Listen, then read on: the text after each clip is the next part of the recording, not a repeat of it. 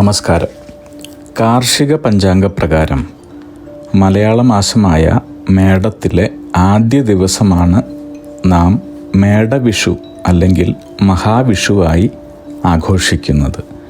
കേരളം കൂടാതെ പല ദേശങ്ങളും ഈ ദിവസമോ ഇതിനോടനുബന്ധിച്ചിട്ടുള്ള ദിവസങ്ങളിലോ ഈ ആഘോഷാചാരങ്ങൾ നടത്തുന്നുണ്ട്.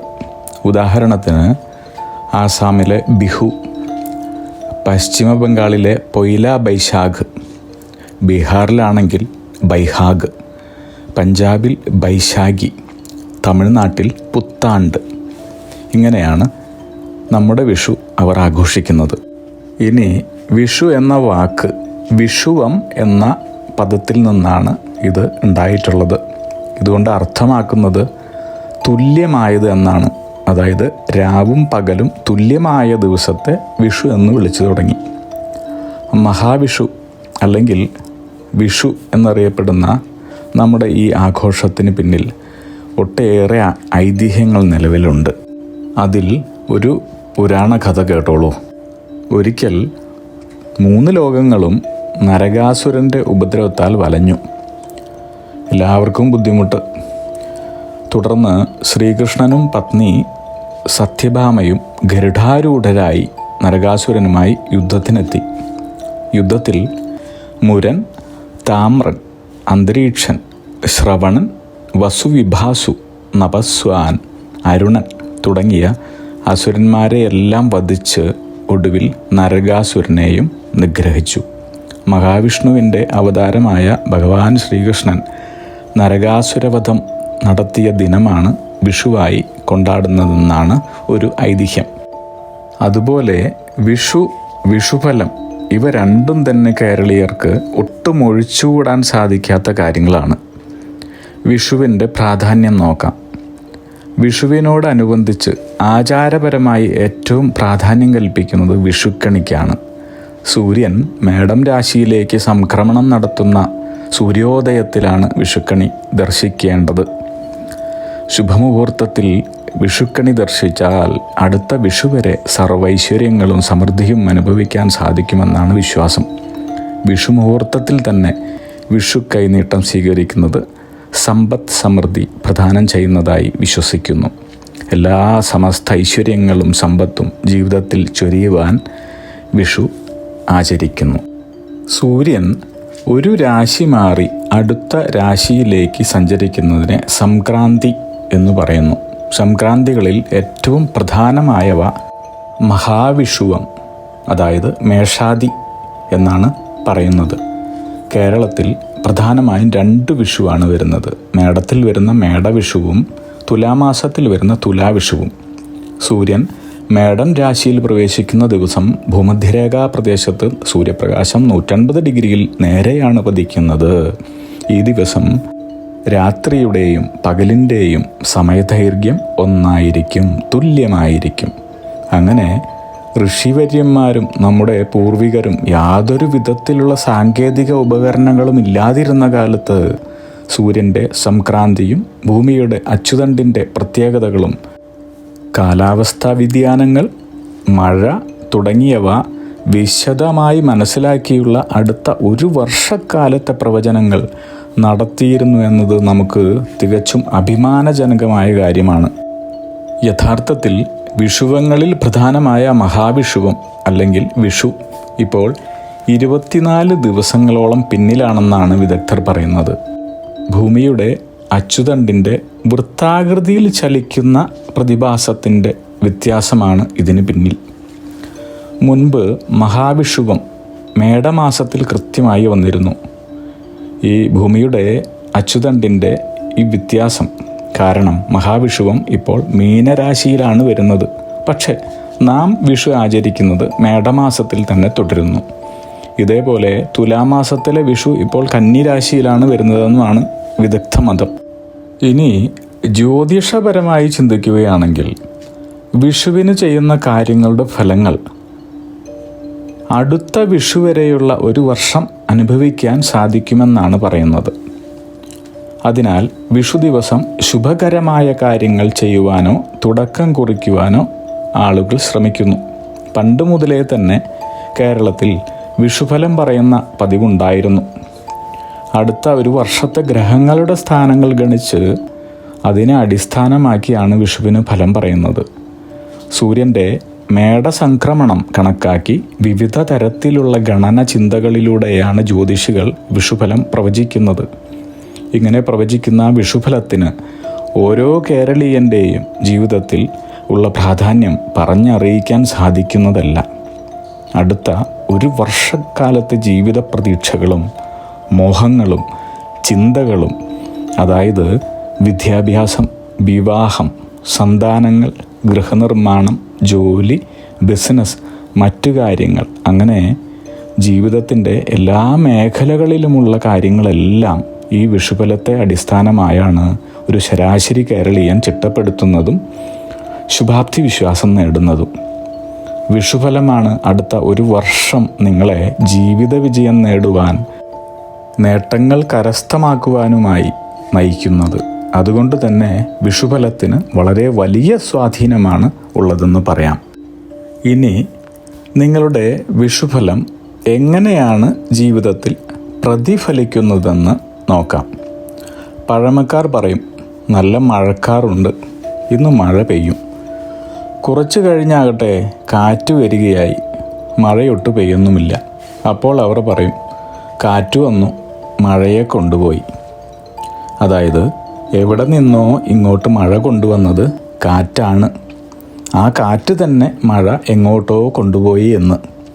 ഇതുപോലെ തന്നെയാണ് വിഷുഫലത്തിൻ്റെ കാര്യവും. നല്ല മഴക്കാറുണ്ട്, മഴ പെയ്യും, എന്നാൽ കാറ്റ് അനുകൂലമാകണം. എന്താണ് ആ കാറ്റിനെ അനുകൂലമാക്കുന്ന കാര്യങ്ങൾ എന്ന് നമുക്ക് നോക്കാം. ഹൈന്ദവ വിശ്വാസമനുസരിച്ച് നമുക്ക് നമ്മുടെ സൽക്കർമ്മ ഫലങ്ങൾ, ഭാഗ്യം, ഐശ്വര്യ, സമ്പദ് സമൃദ്ധി ഇത്യാദികൾ യഥാസമയം അനുഭവിക്കുവാൻ സാധിക്കണമെങ്കിൽ, അല്ലെങ്കിൽ നമുക്ക് അതെല്ലാം അനുഭവിക്കുവാനുള്ള അർഹത കൈവരണമെങ്കിൽ ഈശ്വരാനുകൂലം ഉണ്ടാവണം. ഇനി ഈശ്വരാനുകൂലം അനുഭവിക്കണമെങ്കിലോ പിതൃദോഷങ്ങൾ, ഗ്രഹ രാശി നക്ഷത്ര ദോഷങ്ങൾ, കുടുംബ ധർമ്മ ദൈവങ്ങളുമായി ബന്ധപ്പെട്ട ദോഷങ്ങൾ, ഭൂമി ഗ്രഹദോഷങ്ങൾ എന്നിവ പാടുള്ളതല്ല. അപ്പോൾ ഈ പറഞ്ഞ ദോഷങ്ങളൊന്നും തന്നെ ബാധിക്കാതെ ശ്രദ്ധിച്ചു ജീവിക്കുന്നവർക്കാണ് തങ്ങൾക്ക് അർഹമായ എല്ലാ ഗുണബലാനുഭവങ്ങളും വിഷുഫലത്തിലൂടെ യഥാസമയത്തു തന്നെ കൈവരുന്നത്. അതുകൊണ്ട് വിഷുഫലം നമുക്ക് യഥാസമയം തന്നെ അനുഭവയോഗ്യമാകുവാനും അതുകൊണ്ട് ജീവിതത്തിൽ പ്രയോജനമുണ്ടാകുവാനുമായി ചില കാര്യങ്ങൾ ശ്രദ്ധിക്കേണ്ടതുണ്ട്, ചെയ്യേണ്ടതുണ്ട്. ഇങ്ങനെ വളരെ ജാഗ്രതയോടെയുള്ള കാര്യഫല സിദ്ധിപ്രാപ്ത മാർഗങ്ങളാൽ ആണ് നിങ്ങൾക്ക് പ്രവചിച്ചിട്ടുള്ള വിഷുഫലങ്ങൾ പ്രാപ്തമായി വരുന്നതെന്ന് പറയാം. നേരത്തെ പറഞ്ഞതുപോലെയുള്ള ഗ്രഹരാശി നക്ഷത്ര ദോഷങ്ങൾ, കുടുംബധർമ്മ ദൈവഗണങ്ങളുമായി ബന്ധപ്പെട്ട ദോഷങ്ങൾ, ഭൂമി ഗൃഹദോഷങ്ങൾ എന്നിവ ഒരു ജ്യോതിഷിയെ സമീപിച്ച് കണ്ടുപിടിച്ച് വേണ്ടുന്നത് ചെയ്യാവുന്നതാണ്. അതുകൊണ്ട് തന്നെ അവയൊഴികെ നിങ്ങൾ ചെയ്യേണ്ടുന്ന കാര്യങ്ങളാണ് ഇവിടെ പറയുന്നത്. ഈ കാര്യങ്ങൾ ചിട്ടയോടെ യഥാസമയത്ത്, അതായത് മേടമാസം കഴിയുന്നതിന് മുൻപ് തന്നെ ചെയ്ത് പൂർത്തിയാക്കുന്നവർക്ക് തങ്ങളുടെ വിഷുഫലത്തിലെ കാര്യങ്ങൾ അതേ പ്രകാരത്തിലൂടെ സിദ്ധിക്കുന്നത് സുനിശ്ചയം അനുഭവമതം. തങ്ങളുടെ ജന്മനക്ഷത്ര ക്ഷേത്രങ്ങൾ സന്ദർശിക്കുന്നത് ഏറ്റവും പുണ്യകരമായ പ്രവൃത്തികളിലൊന്നാണ്. ഓരോ ജന്മത്തിനും ഓരോ നക്ഷത്രങ്ങളുണ്ട്. ഓരോ നക്ഷത്രങ്ങൾക്കും ഓരോ ദേവതകളും.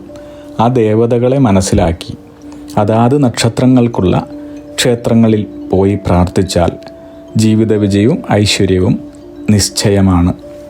ഓരോ നക്ഷത്രങ്ങൾക്കും ദോഷങ്ങൾ മാറി ഫലം പൂർണ്ണമായും ലഭിക്കുവാൻ ജന്മനക്ഷത്രത്തിനനുസരിച്ചുള്ള ക്ഷേത്രങ്ങൾ തന്നെ സന്ദർശിക്കേണ്ടതുണ്ട്. ഭരണി നക്ഷത്രം സ്വപ്രയത്നത്താൽ ജീവിതത്തിൽ ഉയരങ്ങൾ കീഴടക്കുന്നവരാണ് ഭരണി നക്ഷത്ര ജാതർ. ഏറ്റെടുത്ത കാര്യങ്ങൾ വിശ്വാസപൂർവം പൂർത്തിയാക്കുന്ന ഈ നക്ഷത്രക്കാർ ആശയ സമ്പന്നർ കൂടിയാണ്. 1. ഭരണി രാശിക്കാർ അവരുടെ ദോഷപരിഹാരങ്ങൾക്ക് വേണ്ടി ദേവീക്ഷേത്ര ദർശനം നടത്തുക. 2. മഹാവിഷ്ണു ക്ഷേത്ര ദർശനം. എല്ലാ വ്യാഴാഴ്ചകളിലും പതിവായി നാരായണ കവചം വ്രതത്തോടുകൂടി ജപിക്കുക. മഹാവിഷ്ണുവിന് നെയ്വിളക്ക്, പാൽപ്പായസ നിവേദ്യത്തോടു കൂടിയുള്ള തുളസി കൊണ്ടുള്ള ഭാഗ്യസൂക്ത പുഷ്പാഞ്ജലി നടത്തുക. 3. ഹനുമാൻ സ്വാമി ക്ഷേത്ര ദർശനം. എന്തെങ്കിലും യഥാശക്തി വഴിപാട് നടത്തുക. 4. കൊല്ലത്തെ തൃക്കടവൂർ ക്ഷേത്രം സന്ദർശിച്ച് യഥാശക്തി വഴിപാട് നടത്തുക.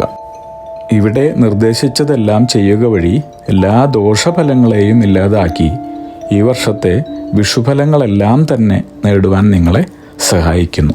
അഗ്നിഹോത്രികളുടെ ജീവിത നിയോഗ പ്രവചനങ്ങളിലൂടെ നിങ്ങളുടെ കർമ്മദോഷങ്ങൾ നീക്കുന്നതിനും ജീവിത വിജയം നേടുന്നതിനുമായി ഞങ്ങളുടെ ബിസിനസ് വാട്സപ്പ് നമ്പറിലോ മെയിലിലോ ബന്ധപ്പെടുക.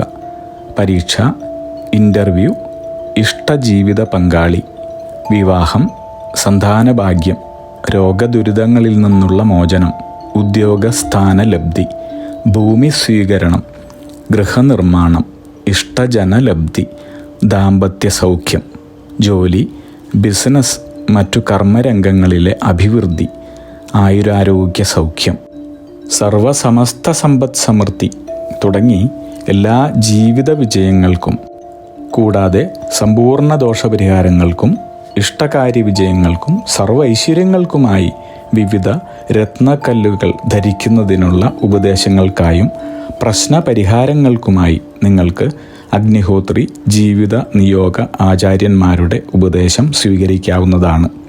ഒരു കാര്യം പ്രത്യേകം ഓർക്കുക, നേരിട്ടുള്ള private consultation, online phone consultation എന്നിവയ്ക്ക് വാട്സപ്പിലൂടെയോ മെയിലിലൂടെയോ ഉള്ള മുൻകൂർ ബുക്കിംഗ് ആവശ്യമാണ്. ബിസിനസ് വാട്സപ്പ് നമ്പർ ശ്രദ്ധിച്ചോളൂ: 9846797971. Mail ID myniyogam@gmail.com. നിങ്ങളുടെ എല്ലാ വിധത്തിലുമുള്ള പിതൃ, കർമ്മ, ഗ്രഹ, രാശി, നക്ഷത്ര ദോഷനിവൃത്തികൾക്കും പരമമായ ജീവിത വിജയത്തിനും അവസാനത്തെ അത്താണി അഗ്നിഹോത്രി ജീവിത നിയോഗ ആചാര്യന്മാർ. അഗ്നിഹോത്രികളുടെ ജീവിത നിയോഗ പ്രവചനങ്ങൾ മനുഷ്യ നന്മയ്ക്ക്.